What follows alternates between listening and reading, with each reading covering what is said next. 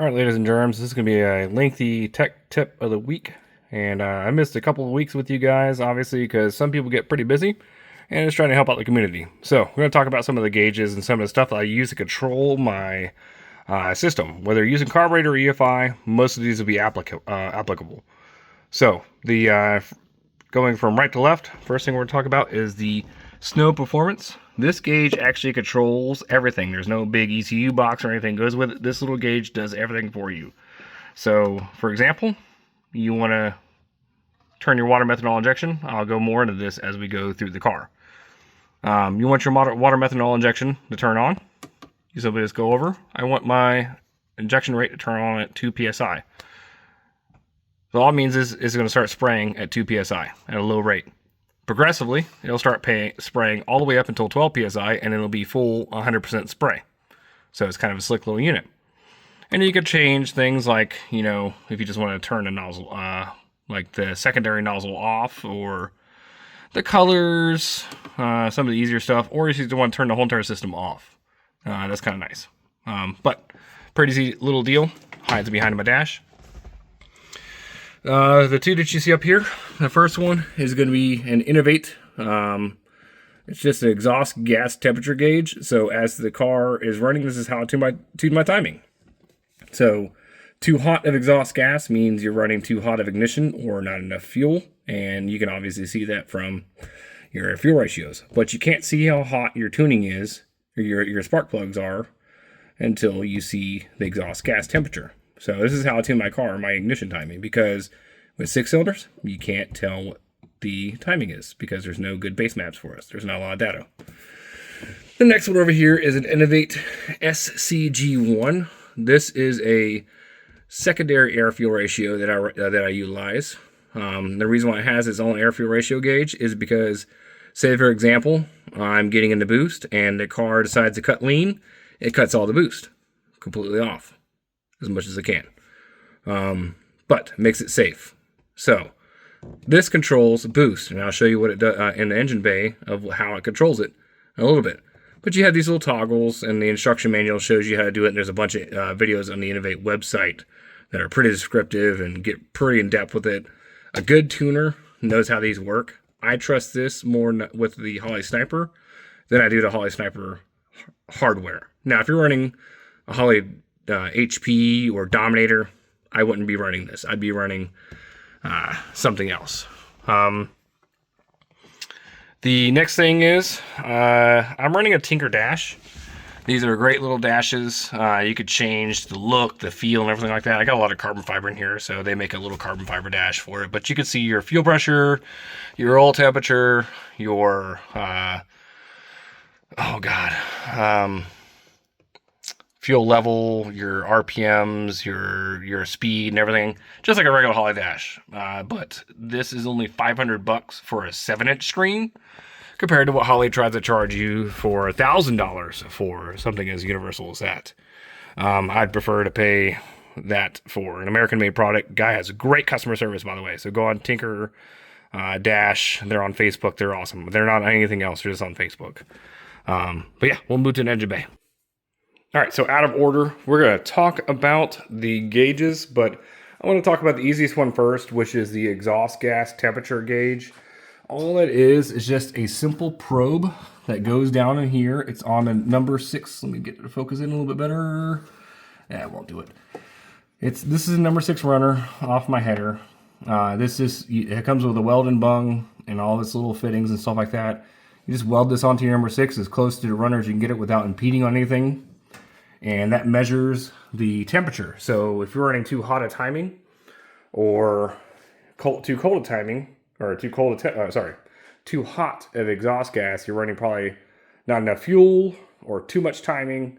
If you're running too cold exhaust gas, you're probably too rich or not enough timing. So it's a good little tool for us in the 6-cylinder community where we don't have a lot of proven map data that people could share around, because all of these engines are completely different throughout the community, and I love this. I love that everybody's completely different, and it makes the life of our community better.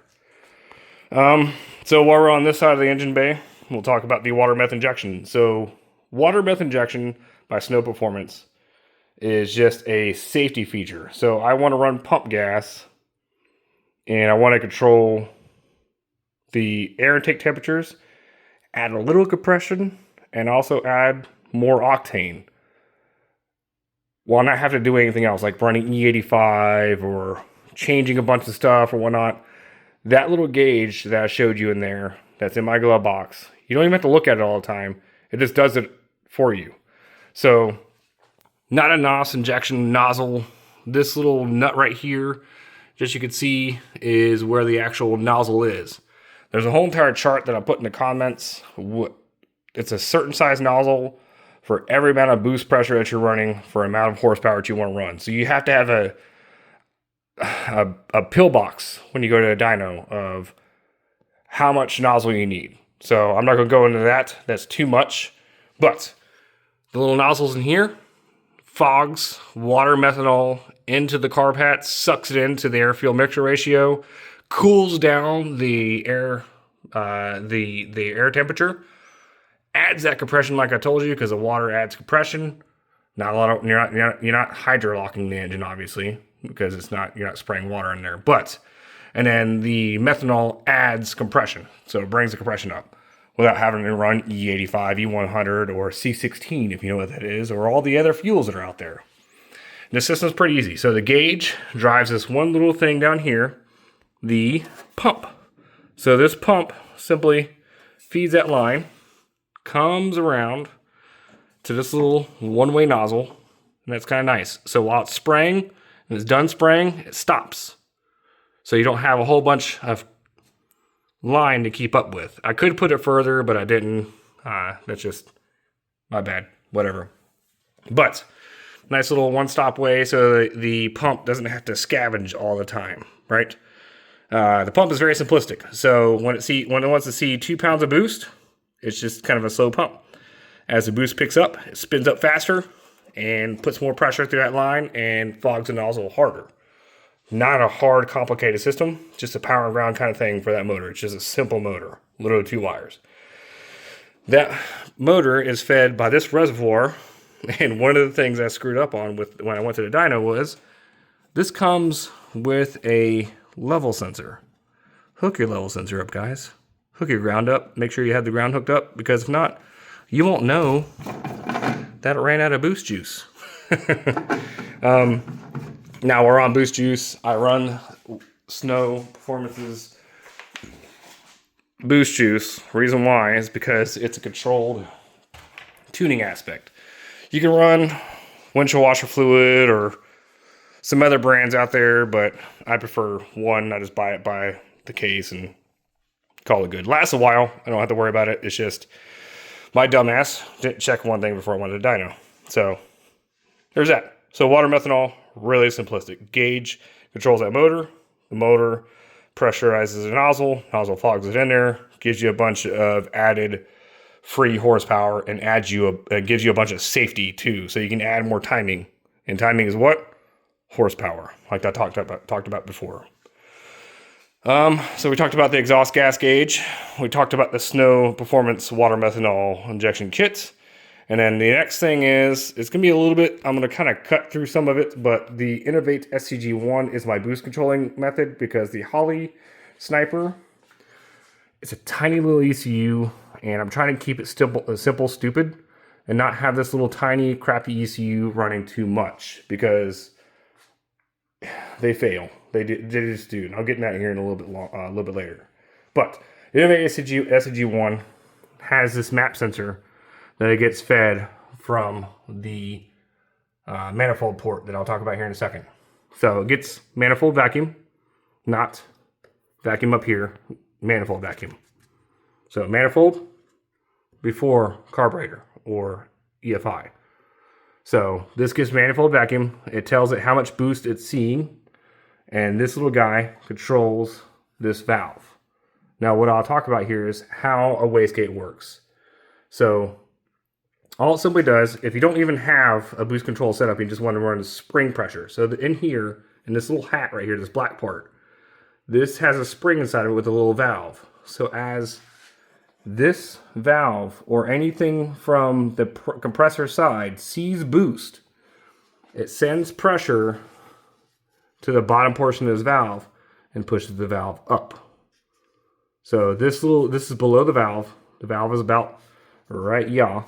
And this pressure that this thing sends in pushes that valve up. That's how it bleeds off boost pressure and keeps it at 5 psi or 10 psi, whatever your spring pressure is set at. Now, what this thing does, this little Mac valve, this has been used in the community for 30 years. I don't even know how long this thing's been around, but it's been around for a long time. That little gauge gets the reading from your map sensor, tells the gauge, hey, I'm at this boost pressure. I want to add more boost because this actually has a T-fitting. So that little hose I showed you, when you pull on it over here, it goes to a T-fitting. This little T-fitting goes two different ways. It goes one way of sending boost pressure straight to the valve, like I told you, pushes it up and down. And it also goes the other way to the Mac valve. But it doesn't turn on until it needs to see more boost, or until the gauge is telling it to see more boost. Say, for example, you want to run spring pressure, you just tell the gauge, I want to see, 5 psi. So it's 0 gain. Now, if I want to see 10 psi, I want to see 50 gain. So this little valve will send air, will turn on and send air, this little thing, and push down on that valve. Because remember, it's all mechanical. The only thing that's controlling it is this little valve. Pushing it down on top of the valve inside of the wastegate. If that makes sense. So, as the air is being pushed up, there's more air being pushed down on top of it. So it bleeds off from the bottom, pushes down on the top, until you get to your desired boost pressure rate. Very well controlled. Now, if you're running an HP Dominator, or Holley HP ECU or Dominator, I would do that through the ECU with tone control. I tried doing it with a Holley, but I had a lot of latency, and it kind of sucked. But, long story short, just went back to old school methods, ran something I knew, and that was proven, and it works. Alright, so now we get talking about the sniper stuff. Snipers, they plain simple suck. They do. I mean, there's a lot of guys that have a lot of problems out of them. But I think when it comes to the super sniper stuff, they're just built better. I mean, mine actually come with like USA stamps on them. That at one point in time was a USA stamp. I think that they're just better. I don't know. Like the Terminator. The Terminator Stealth is still a throttle body injection stuff. It's still great as well. But the thing with, if you're running a V8 car, a Terminator Stealth is better than a Sniper. Because the Terminator Stealth, it doesn't have the ECU right here. Ford and Chevy both battle with the problem with the first generation Snipers. I don't know anything about the second generation, if they're any good or not. Of having a bunch of electronic noise. And all it is like, say for example, you have a radio antenna next to another radio antenna. They just don't pick up the station as well. If that kind of makes sense. So, being this is a 6-cylinder car, we don't have a lot of noise on the side of the engine. The only thing we might have a problem with sometimes is maybe the alternator, but you can make that very simplistic by running a one wire and not having a whole bunch of noise over here anyways. So we don't have that problem in this community, but the problem is with the QC on the regular snipers, like the regular Sniper 2300 or 4150, they have so much problems. But I ran a Super Sniper for years, and it's actually going to another guy's car, and it still won't have problems. I never lost ignition, never had a problem with it. Well, actually, I already knew about some of the other issues because I followed some of the forums of zip tying down the injector connections so they don't have problems. But no throttle body injection system is built better. They all have their quirks, and they're all kind of shitty in their own ways. Holley has their EFI problem, or their RFI problems. You had to Google what RFI means. Or they have just QC problems. Phytech has the same thing. They have some ECU problems, some QC problems, and then Aces, I don't know shit about them. They're brand new. Their software looks kind of crappy, but we'll let them keep on growing, and I'm not going to talk too much trash about them. All right. So the Sniper, it's just a throttle body injection unit. It's very simplistic. I would have gone port injection, but I didn't want to overcomplicate this. I still wanted a classic look to the car, even though obviously no 60s, 70s, or 80s, or 90s, or any Mustang, except for some special SVOs things, actually came with a turbo. But I wanted the carburetor look set up. So that's what the Sniper does for you, and you just have to deal with the qualms from it. So when running a turbocharged setup or a supercharged setup, I always like to make sure that people run a good vacuum referenced manifold. By vacuum referenced manifold, I mean, so you're pulling manifold pressure, which manifold before manifold. This is just air coming in. This is manifold pressure. So anything that's before, that's after the carburetor. When the throttle blades close, that's manifold pressure. Anything below that. So this is a manifold distribution block. This pulls from the same hose on any regular car that goes straight to your brake booster. So if you're just running a regular car without any kind of boost, this hose will go straight to your brake booster if you're running power brakes. This car, I don't need power brakes for because I called Wellwood and they set me up. I'll get that one here in a little bit. But this manifold distribution block balances out my air. So if I have loads off of one valve that's driving another one, like so for example, one of these hoses drives my blow-off valve. Blow-off valve doesn't control boost. All that simply does is lets air off when let off the throttle. The manifold, when you close the throttle blades, closes off air, tells that thing to shut, or open, sorry. Blow-off valves are very simplistic. I don't need to get on that too much. They are just generic items that bleed off air when you close the throttle, so you don't hurt your turbocharger or supercharger. But on a supercharged setup, they're called something else. They're called something else different, but you can still call them a blow-off valve. We'll just do that for right now. So the manifold setup, it feeds a couple different things. This one feeds the actual snow system, snow performance, for the water methanol injection. The other one feeds the rising rate adjustable fuel pressure regulator, which is what you need for boost. So every time it adds a pound of boost, it adds a pound of fuel pressure. So it compensates any fuel injection system, whether it's port injection, throttle body, or draw through. You need that for all of them. I don't know how you do it on a draw through. Don't ask me those questions because I don't know anything about draw through. I would love to learn about it, but I don't care to learn about it. This other one, like I said, feeds the blow-off valve, and this last one feeds the map sensor for the Innovate SCG1 boost controller. So that's turbocharging in a nutshell.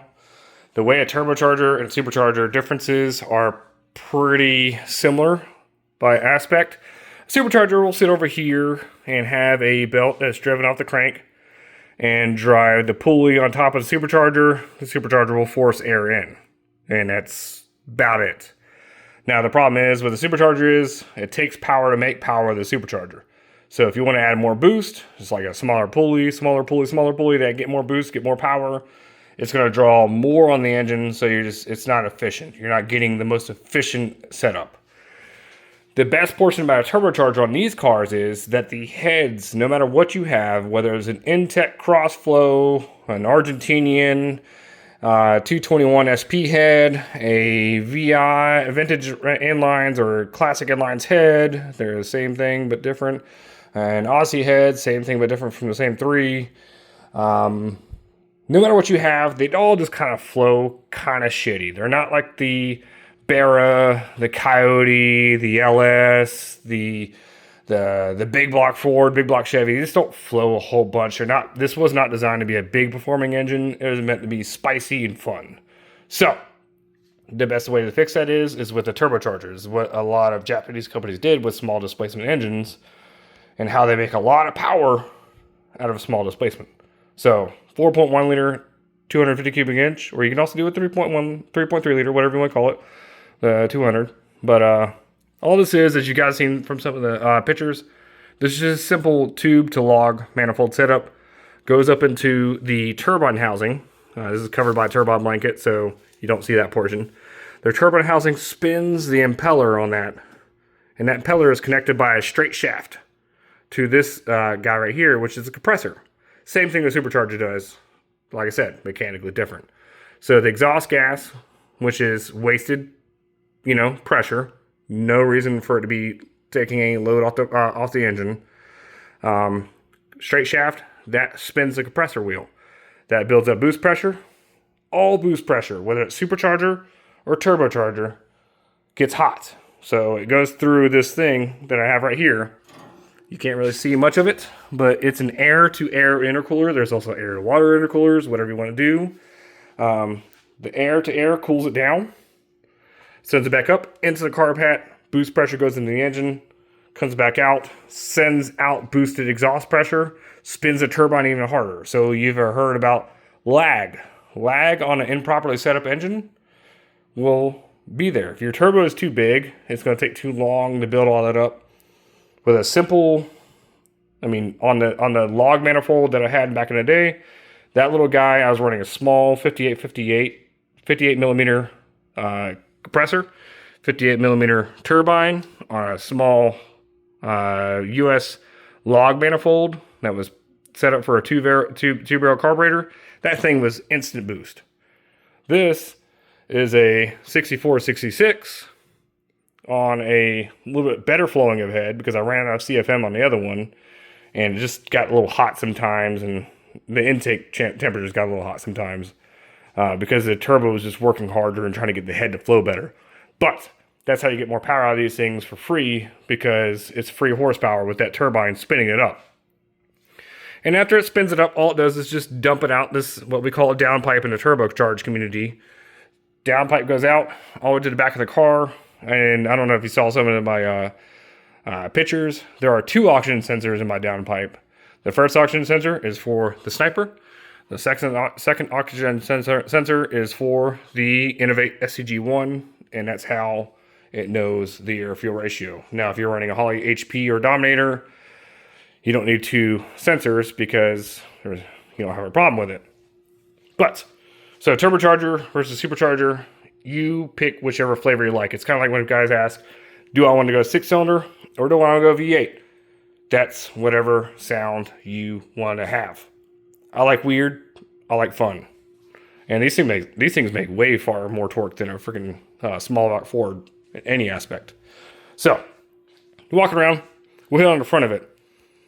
The forum gets asked a bunch on the radiators. Stop asking about the 3-core Chinese eBay and Amazon radiators. There's 2 companies. Champion, Danny did a big write-up. It's pinned at the top. And Cold Case, right here. They're true dual cores, and they flow, and they actually cool the engine down. You don't need 85 core radiators to actually make your engine cool. Keep it simple, stupid. Like I talked about with the Sniper. Keep it simple, stupid. Like I talked about the manifold block. The manifold block. Let's talk about power.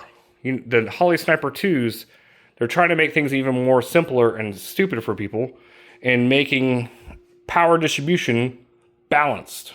A lot of guys ruin Snipers or other hardware because they don't run wires properly. They share powers.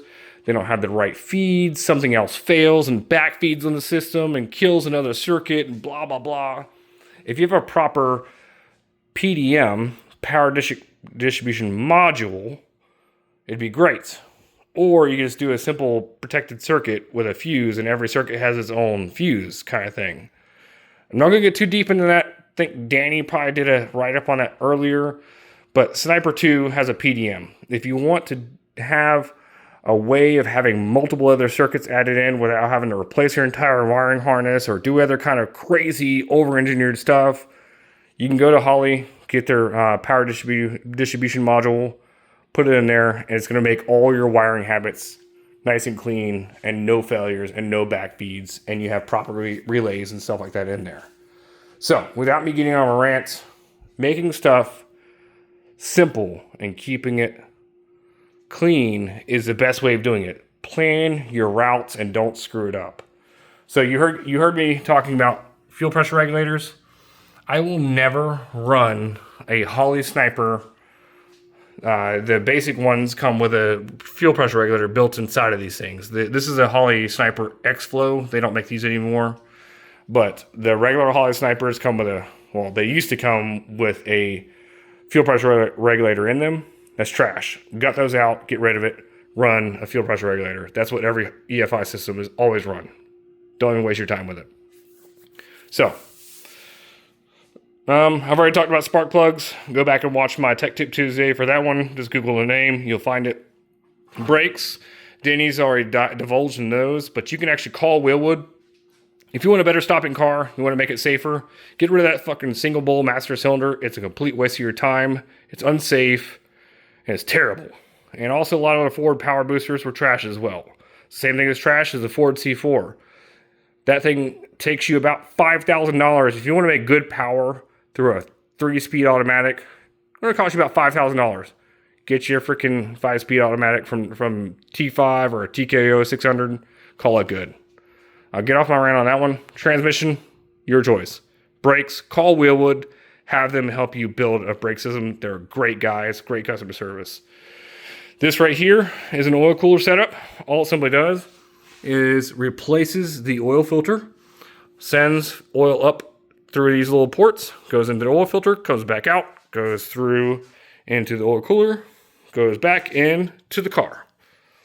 You want to cool your oil off if you're running anything for long periods of time, especially when you get into the spicier things like Gus does with autocross, or if you have power adders like turbos or superchargers or anything like that. This is a Durale kit that you can get. I just changed it out. Their fittings suck, so I bought like just the pieces to it, or I should have bought the pieces to it. I didn't, but this is all Aero equipped stuff. You can also buy Earls, or I wouldn't say Russell. Russell's kind of crap these days, but it is what it is. But aside from that, when it comes to the Holley kit, so Holley Sniper stuff, I also can control timing. If you don't want to control timing and you're running just a regular car and you want to run around regular all day long, just put a Duraspark in it.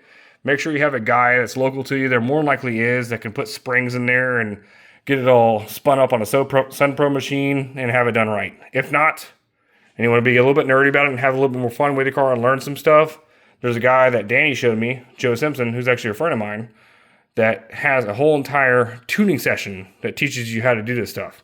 So, if you buy a Hyperspark or get a Duraspark, both of them are the same. Duraspark just has to be locked out mechanically. Another guy did a write-up on it. A bunch of guys have actually talked about it. Lock out the Duraspark. You can have the MST6AL or buy the Holley Spark. And then you can also have the Excel Supercoil or the Hyperspark Coil. I just wanted to match everything up because it's all black, and I like to have the black and shiny together. But all that together. So once you do that, the distributor has a plug, especially both the Duraspark and the Hyperspark have plugs that plug directly into the Holley systems. Sniper, Terminator, HP, Dominator, all of them. It takes a attack signal that it gets from the pickup in here. So this tells it, is it on the cylinder number 1, number 2, number 3, number 4, blah, blah. The sniper tells through a wire to the CD box, I'm going to call these ignition boxes, when to fire the coil. The coil's dumb. The coil doesn't do anything besides fire. It just dwells, fires, dwells, fires, dwells, fires. So this says, hey, I'm going to fire at 23 degrees of timing. I know where this is at, the distributor. Found it out from the sniper. Coil fire. Coil fire. That's all it's doing. It's just sending the proper, because on the rotor button, it has enough trace in there, enough rotation to pretty much pick up any timing that you want to advance or retard at certain RPM. It's beautiful. You can just adjust it. You can plug in your laptop and do it digitally. Or if you don't want to do that, just simply have a guy spin this on a Sunpro machine, pay him $50, and he's done. However you want to do it. You can't do it with this Hyperspark because it comes locked out, but you can do it with the Duraspark. The HEI crap, I'm going to dog it right now. Don't put Chevy parts in your car. Fuck those HEI things. They trashed my first sniper, but they work for some people. The DUI, the Chinese ones off of eBay and Amazon, they're fine. But just want to tell you guys a little bit of a rundown. Love you. Goodbye.